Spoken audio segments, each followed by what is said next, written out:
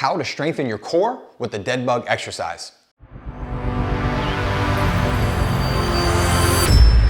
Unleash your power, achieve your potential. I'm John Calarco, Holistic Health and Performance Coach. If you have a weak anterior core or abdominal muscles, or if you want to just develop the strength of your abdominal muscles, or maybe you have an excessively tilted forward pelvis like this, we call that an anterior pelvic tilt, and that's causing excessive extension of the lower spine, maybe you even have some extension-based lower back pain because of that, then the dead bug is going to be a great exercise for you because it's going to help you develop your strength in the anterior core, in your abdominals, and it's going to help you start to correct that issue of having too much of an excessively tilted forward pelvis, and that's going to help you get rid of that excessive arch in the lower back that may be uncomfortable or being a source of pain for you. All right, so of course that's going to help us prevent injury if we can correct those postural deficits as well. Now the dead bug exercise, as I mentioned, is one of the most important exercises to really strengthen the front side of the core, okay? And it's also one of the most important progressions to develop our strength in what we call the anti-extension patterning of training the lower spine, okay? So that means we're resisting extension when we do this exercise. As you'll see when I perform it, we're gonna be actively resisting going into extension. So it's an anti-extension exercise and one of the most important ones in the series of progressions to develop a high level of anti-extension strength, which is a really important quality and ability to have through the core if we want it to be super strong for preventing injury and for performing at a high level. All right, and not to mention having good looking abdominals. All right, so again, we're gonna be training, focusing mostly on the abdominals on the front side here. We will be activating the hip flexors a little bit as well as we do some flexion through the hips, and we'll also be working the shoulders through more of a mobility range of motion as we reach overhead for the dead bug exercise. All right, so to set up for the dead bug, we're gonna come onto the ground and lay onto our back, okay? And then from there, we're gonna take the knees up so they're right above the hips, okay? So we got a 90-degree angle here at the hip joint, and then we're gonna reach the arms up to the ceiling, all right? Like we're reaching our fingertips to the ceiling, driving those shoulder blades forward just a little bit, all right? Creating some activation there through the serratus anterior muscle, all right? And then from there, just maintaining a nice long spine position, make sure you're not overextended or anything like that, and then we'll pull the ankles up towards the shins there, just to get us a little extra activation there in the lower leg muscles as we go through the exercise. That's a little mini benefit we can get at the same time. Okay, and then from there, we're set for the exercise. To execute the dead bug, we're gonna focus on making sure we drive our lower back into the floor, okay, as hard as we can before we go anywhere. So I'm driving actively into the ground. We shouldn't have any space. You shouldn't be able to slip any bit of a hand under your back, so you can check yourself there if you'd like. All right, once you set that position, then we're gonna exhale through the mouth like we're blowing through a straw. And we're gonna reach the opposite hand, opposite leg straight out. Try to get a tap on the ground with your heel and your thumb if you can. Okay, and then we can alternate sides on this as we go through it. Exhale, and of course, don't lose that lower back as we drive out here and go through extension of our hip and flexion of our shoulder. Okay, so that is how we perform the dead bug exercise. Simple, but not easy. Now, if doing the arm and the leg in a full range of motion like that is too difficult for you to do in the beginning, which it often is for many people, then what we're gonna do is we're just gonna isolate either the arm or the leg, okay? So it would be easiest to just do the arm overhead and just simply practice that. Practice keeping your lower back pressed into the ground hard and just reaching the arm. Then, once that gets easy, you can just do the leg. So I'll show you on my left side here. Exhale, keep that lower back pressed down, keep reaching to the ceiling. Okay, and you can just work through the legs as you develop your strength in the exercise. And then you can put it together and begin to do both the arm and the leg, because again, it is very demanding often in the beginning for people if you haven't spent any time really developing the strength of your abdominals and your anterior core, especially as it relates to anti-extension based exercises, then you may need to break it down that way. All right. Now, in terms of the mistakes that we don't want to make, of course, the biggest one here, as I mentioned, is we don't want that lower back coming off the ground. So as we go into our reach here, we do not want to let that happen. All right, so that's the biggest thing. Feel that lower back press to the ground the entire time. Okay, you shouldn't have any space under there. The other thing that goes often missed here in terms of mistakes that people will do is they'll dominate this with the hip flexors. Okay, so they'll dominate keeping the lower back down by doing a lot of hip flexion like that. So we don't want to let that happen. That's going to take the pressure and the demand off the abdominals and put it more on the hip flexors, which is what we don't want, okay? So make sure that lower back is pressed and the knees are just about 90 degrees, maybe slightly above, but as you go through the exercise, we don't want to start here, and then as you go, often what you'll see people do is people will do this. They'll drive this leg really hard and use the hip flexor to kind of compensate for the weakness of their abdominals to keep the lower back down. So make sure you miss that one. That's a mistake on here that a lot of people miss. They think they're keeping the lower back down and doing a great job, but actually they're doing it more with their hip flexor than they are with their abdominals, okay? And then another thing here is just make sure that you're not shrugging your shoulders up towards the ears. Make sure the head is not coming up. Sometimes people will kind of, want to drive into a little more flexion here because technically the spine is in a little bit of flexion, all right, as we do this. It's not in a traditional neutral position. We are taking some of that lower curve out of the spine, which is okay.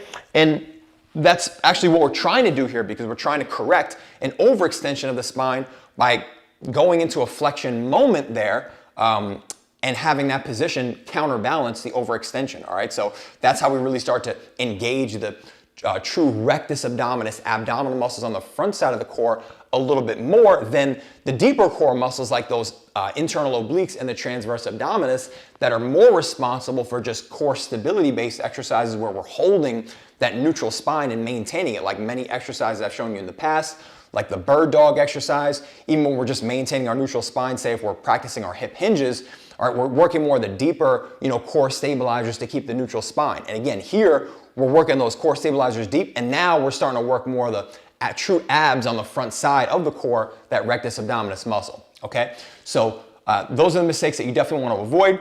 Now, there are some other progressions here. There's really a lot of different things you can do with the dead bug. It's a very versatile exercise kind of setup. So I'll show you a couple different progressions if you do want to make it harder. The first thing that I would recommend if you want to make it a little bit harder is to take a mini band, just place it on the feet here, okay? This is going to just create a little bit more demand on the abdominals, and it's going to put some more challenge on the hip flexors as well. Okay, so we'll go here, same exact thing, just all right. So we'll bring up that challenge in the abdominals a little bit, and it's also going to get us some extra work in our hips. All right, if we want to make our hip flexors stronger, which isn't a bad thing, and then we're going to get some extension challenge on the bottom too with our hamstrings as we push that leg down and come into hip extension, and then maybe a little bit of the glutes as well if you're really getting down there with your mini band. So that's something that you can do here to progress the exercise and make it more challenging. That's one of the progressions that I really like. Another one I really like, I'm going to take my stability ball over here that I was able to keep still there attached to the wall because it wants to roll everywhere all the time. And you can take the stability ball right inside. Okay, so again, set the knees over the hips so you're at 90 degrees. Hands on the ball here. So obviously your arms are going to be a little bit higher, so your hands aren't going to be necessarily over your shoulders. That's okay. We don't want to have the hands over the shoulders and sacrifice the position of our knees over hips. That's more important. So set that 90-degree angle, low back pressed. Now engage that ball and let's go opposite hand, opposite leg. And that really brings the challenge up. It brings the engagement up. All right, in the abdominals, as you can see there. And oftentimes, it's a great one for people actually to get more engagement of the abdominals and hold themselves more accountable to keeping that lower back pressed and keeping that lower back down, because pressing into the ball, just again, it engages our abdominals even further because now we're starting to engage, more of our hip flexor muscles and shoulder muscles, which really, are an extension of our, what we think of as our core. We have our upper quadrant of the core, which, we're pushing with our shoulder muscles, and the lower quadrant as well, which is more of our hip muscles. Technically those are all a part of the core. All right, and then I'll give you one more here that I really like as well. See if I can get my ball to stay back in that position. Perfect. All right, then we're gonna lay onto the back. In this one, we're just gonna take the legs straight up into the air, okay? So this makes it quite a bit harder. This essentially makes your legs heavier, all right, because now they're straight, and so they're gonna weigh a little bit more as they're up here. So again, low back is pressed, same thing. Try to get your feet over your hips now if you can.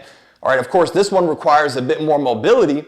So if you've done the leg lowering exercise, which I showed you in a previous video. Okay, I'll link to that here on the video as well. That's a great exercise that's gonna help you have the mobility to be able to do this dead bug, opposite hand, opposite leg movement, and get to the proper range of motions, because you'll have the hamstring mobility and the hip mobility to do that, okay? So you can have the toes pointed on that one, or you can have the ankle pulled up toward the shin. I know I pointed my toes on that, which is more of a tendency when you have the leg straight. It takes a little bit of the hamstring stretch off, so you can achieve a little more range of motion. Again, allows us to get to that position where we're challenging the core more. If you pull the ankles up towards the shins, there's gonna be more of a stretch, so you may have more of a tendency to lower the legs. So just choose whatever ankle position works best for you there, that again, you can keep that lower back down, pressed into the floor, and achieve that proper position here as we perform the dead bug, okay? So those are quite a few variations that you can use here to take this up a notch.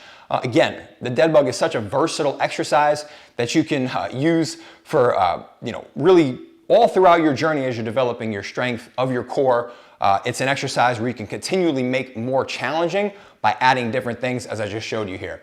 All right, so from there, in terms of the sets and reps that we want to do on this exercise, it depends. It depends on where you are in your level of development of your core in the beginning. If you're just starting out and you're just doing the arms, maybe you're just doing the legs, and you're just starting to do the opposite hand, opposite leg, the full, dead bug pattern, then we want to start a little bit higher repetition. 10 to maybe 12 reps. I don't like to go too high on this one.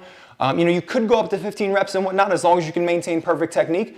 That's always the guiding principle, is as many reps as you can maintain perfect technique. But in the beginning, it's a great one to do for a little bit higher reps, that 10 to 12 range, so you can develop some endurance in those stabilizing muscles there in the core. You can develop some endurance in the, that rectus abdominis, those abdominals on the front side that are helping, keep you in that slightly flexed position to maintain the position. So that's what I recommend in the beginning on this. And as you get stronger on it, you can stick to more of an 8 to 10 rep range. If you're adding in more challenges, like adding the stability ball in with the mini band, you could do both. You could have the stability ball and the mini band on your feet at the same time if you wanted to really, add more of a challenge to it. So again, the more advanced you get, the more the demand is on the abdominals, typically the lower the reps will go, and that makes it a higher output, strength exercise on the core. So, just progress accordingly based on your level. If you have any questions on, which variation you think you should be doing, drop them in the comments below. I'd be happy to answer them. And then in terms of how often you should do this exercise, in the beginning, it's an exercise you should probably be doing, as you're just starting to develop your core strength, probably should be doing, multiple times per week, probably at least 2 times a week, maybe up to 3. Depending on your training program and what you have the time for, of course. And then as you progress along and become more advanced, it can be something that you just hit hard, 1 time a week. So really depends on your level. And then from there, in terms of when you should do it in your workout, in the beginning, again, as you're still, starting to develop your foundation of mobility and stability, this is an exercise you can even do more at the beginning of your workout to help you get those abdominals and that core really firing up well. And you can use it after your mobility exercises to stack some stability on top of your mobility, all right? But for the most part, as you progress on and get a little bit stronger in it, and you progress on and you're doing more of an advanced training program, it's gonna be an exercise that we're gonna leave at the end of our workouts as part of our abdominal work or our core work, all right? So it's something we would do kind of post-workout for, that demand to finish out our core work, or you could throw it in kind of a finisher if you're doing some type of core or conditioning finisher. All right, so I hope this was helpful for you and you really learned how to do the dead bug with precise technique, and you can implement it right away into your training plan. Or maybe you just pick this one exercise. Maybe you don't have a training plan right now and you just want to, take this one exercise and begin to practice it. It wouldn't be a bad one for you in terms of developing your abdominals. So again, I hope this was helpful. If it was, drop a like on the video. If you have any questions, leave them in the comments below. And then make sure you subscribe to the channel, hit that notification bell so you get notified and don't miss any of the future videos I upload. As you can tell, I've done many videos that have kind of led up to getting you some foundation to be able to do this exercise properly. And I'll show you some more advanced variations on the dead bug exercise, but even more importantly, on that anti-extension kind of progression, those exercises that are more challenging in terms of challenging the lumbar spine, the lower spine, in an anti-extension demand, okay? So until then, unleash your power, achieve your potential.